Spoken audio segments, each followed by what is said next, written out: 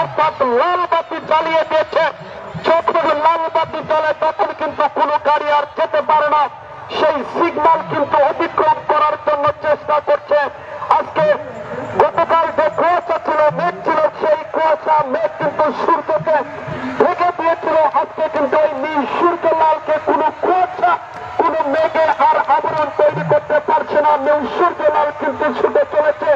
ওদিকে টিজে কিন্তু থামার মতো নয়। আসলে টিজে এখন ওই যে যেখানে পিকনিক হচ্ছে না কেন, সালফালানা বাইক বাজালে খালি কয় টিজে, ওই টিজে কিন্তু আজকে ছুটে যাচ্ছে এই চাইনিজ বা প্রাঙ্গনে ছোট্ট প্রতিযোগিতা।